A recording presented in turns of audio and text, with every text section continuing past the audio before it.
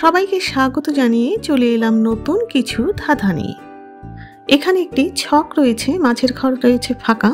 ফাঁকা ঘরে এমন একটি অক্ষর বসাতে হবে যাতে কোনাকুনিভাবে দুটি শব্দ তৈরি হয়। দেখুন তো পারেন কিনা।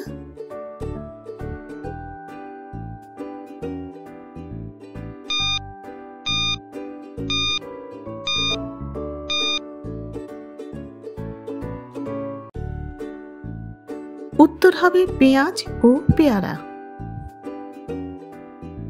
যাচ্ছি পরের ধাঁধাতে। এখানে কিছু এলোমেলো ভাবে বর্ণ রয়েছে, বর্ণগুলোকে সাজিয়ে তিনটি খাবারের নাম বলতে হবে।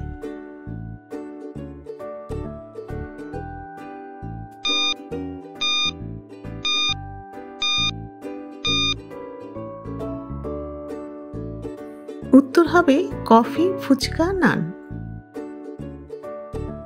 চলে এলাম শব্দছকে। এখানে নিচের ক্লু দেখে শব্দছকটি পূরণ করতে হবে। পাশাপাশি বলতে হবে পেঁয়াজ ফুলের ডাঁটা, আর উপর নিচ বলতে হবে টক ফল।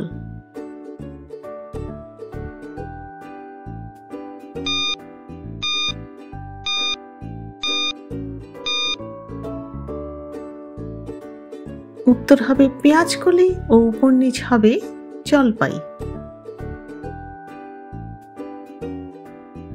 চলে এলাম ধাঁধাতে। চালের থেকে কি বাদ দিলে বরফ পাওয়া যাবে? বলুন তো কি হবে? উত্তরটি যদি জানা থাকে তাহলে কমেন্ট বক্সে লিখে জানান, আর ভালো লাগলে অবশ্যই সাবস্ক্রাইব করবেন।